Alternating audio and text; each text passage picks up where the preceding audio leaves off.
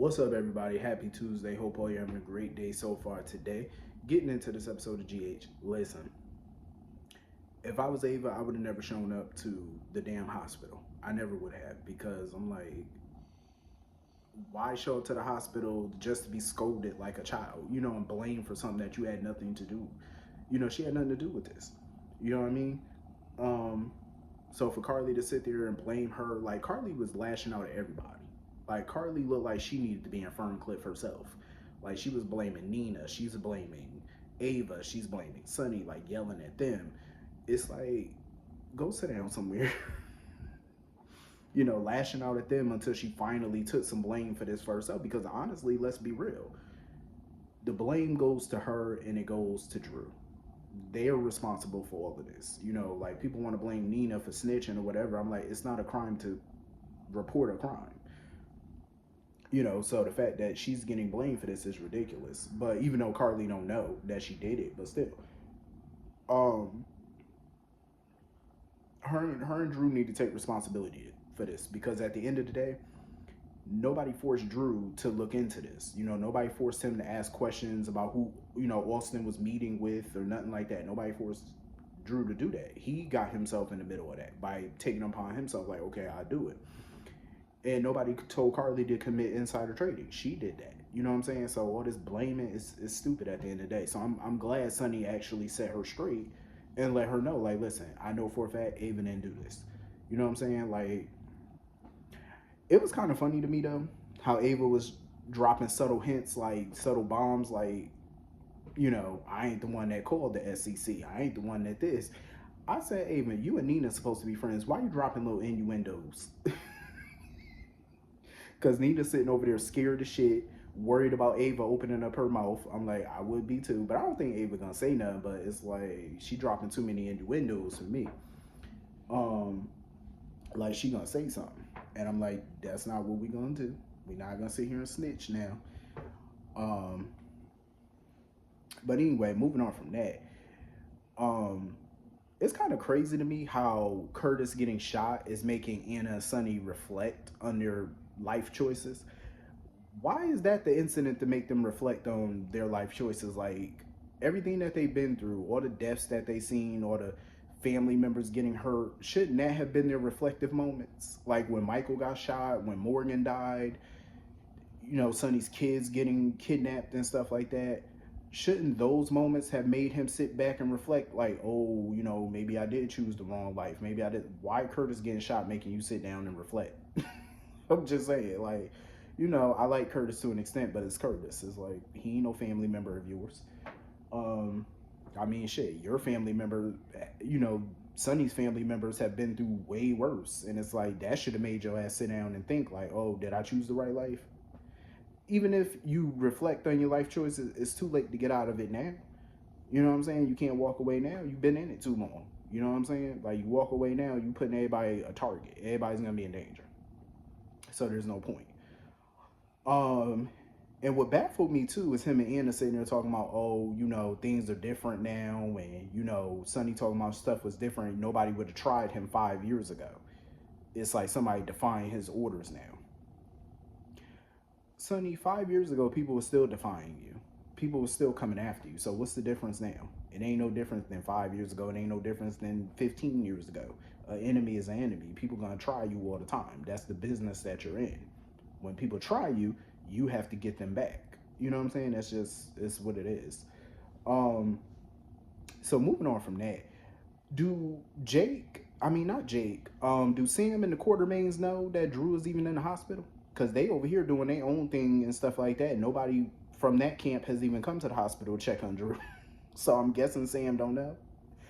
And I'm guessing the Qs don't know. I guess. Um, it ain't like Monica could be there anyway because apparently she's still traveling. She in Berlin or wherever right now, still doing her conferences. Um, so anyway, I felt bad for little Jake. I really did. I felt bad for Jake because it's like he's losing a lot of people. But I hate that they're wasting him and Liz's time on this with Drew because I really feel like they sitting here boo-hooing about this man. And are we even going to get a scene with Jake and Drew or with Liz and Drew? I don't even think we're gonna get scenes between them. So it's like, what's the point of all of this? Like, what's the point of watching Jake and Liz be so distraught over what's happening with Drew when we're probably not even gonna get to see them together or interact? I would hope that they would prove me wrong and show them together, but I don't buy it. You know what I mean? Like all this boo-hoo and shit. But as a guy, Jake should not feel bad about crying over something. You know what I'm saying? Like, because I know as men, sometimes we have to feel like we got to be strong all the time. Like, we can't let a tear drop or something like that. Listen, you got to let it out. You know what I'm saying? Like, you can't hold it in. You got to let that shit out. So I am kind of glad that he at least had Finn to talk to, you know, and Liz and stuff like that, because you're going to need somebody to talk to, you know. Cam is away at college and stuff like that, and I know he could call him, but still, it's not the same as seeing his brother face to face.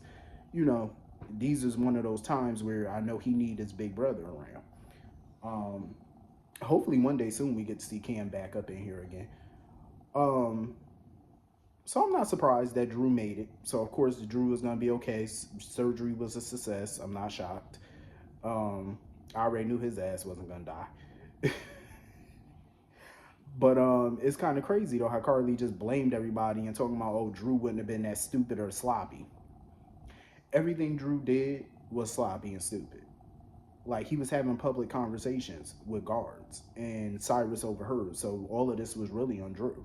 You know, he's the one that got caught. You know what I'm saying? So he was stupid and sloppy. I'm just saying.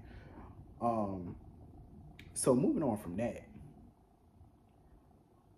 Valentine need to do something about this girl. Like, he need to do something about his daughter, because homegirl is giving me witchcraft, Blair Witch, all of that. She giving me the witchcraft. Um, she giving me those vibes. Y'all ever seen that movie, The Craft? I think Neve Campbell was in that movie. Y'all know Neve Campbell. She played in the movie Scream, Sidney Prescott. The Craft was the shit, and that's what Charlotte is giving me right now. The Craft. These tarot cards and all this stuff. I knew Victor ass was behind this because she got a letter from Victor basically telling her not to trust Anna and stuff like that. So now she's starting her mess or whatever. And I think Valentine is asking her all these pointed questions about Anna to see her reaction to it. Because I think for him, seeing her reaction, I think is going to tell him if she's guilty or not. That's why he was like, oh, you know, since Anna's house burned down, what do you think about her moving in with us? And yada, yada, yada. So, you know, she had put her head down and stuff like that. She don't look too thrilled. You know what I mean? So I think he's getting the reactions. But I feel like Valentine needs to take drastic steps. Like, he's not doing anything drastic to this girl. Like, he needs to get her some help. You know, she's sitting here telling him she got tarot cards and all that type of stuff. I'm like, Valentine, you need to have her committed somewhere. Like, you really do. I really am liking that new house set, though. That new set that they got, I'm loving it. I'm not a fan of that color, though. It's just too bland for me. It's like they keep going with that same color in everybody's house. It's making everybody's set look the same, and I don't like that. I like when people's set look different. You know what I mean? So I think they need to change that color. But other than that, I like that new set. But yeah, Charlotte, she's gonna be a handful. Like, that little girl is gonna be a problem, definitely. Um, so moving on from that, I like this little plan that Sam and Dante and all them came up with. I like it, and I know it was hard for Dante to, like, you know, keep Chase out the loop. I know it was kind of tough for him not to tell Chase what was really going on, but they had to play the role. You know what I mean? By making it look like, you know, Cody was turning himself in, and, you know, they finally got him and they was wrapping this thing up. How the hell did Gladys know that Cody turned himself in, though? Because she came down to the jailhouse real quick. I'm like, how Gladys know? Because she was like, oh, you got him and this, that, and the third. How does she know that? Like, she got down there fast as hell. Trying to throw her little weight around. Oh, I demand to see Cody. I want to know where my daughter-in-law is. First of all, you can't see him, Miss Ma'am, and you ain't got no weight to throw around. Then she demanding to see Mac. I'm like, Gladys, go sit your ass down. How you gonna demand to see the police commissioner? Like, who do you think you are? Like, you is nobody of power. How you gonna demand to see somebody? Go sit down. I love how Sam played it, though. Sam calling her pretending to be the loan people from the bank or whatever. One of the bank people. Yo, Sam in that voice, that shit was killing me. Sam did her thing with that phone call, though. She rocked it. Sam was definitely A1 with the phone call. she definitely spooked the shit out of Gladys. I'm glad they came up with this plan. Even though, Sasha didn't think it was going to work at first, I'm glad they did because it's clearly working. They rattled the shit out of Gladys because now look at her. She trying to haul ass now. Now that she think that the DA's office is trying to subpoena for financial records and stuff, she is trying to make a break for it. Um, and I'm glad Sasha showed up on her ass. I am so happy Sasha showed up because I can't wait to see Sasha, lay into her ass. Um, that whole conversation Sam and Sasha had, I enjoyed it. I like them becoming friends. You know, Sasha got to understand something. She got people in her corner. You know what I'm saying? She got people in her corner, from Sam, Dante, and especially Cody. Because I know it shocked her that Cody was ready to risk it all for her. Like, the man is damn near risking his freedom for her. You know what I'm saying? But that should show her, like, he really care about you like that. You know? But anyway, this is a pretty cool episode. Hit the comment section, let me know what you all thought, and I will see you all later. Have a great day. Peace.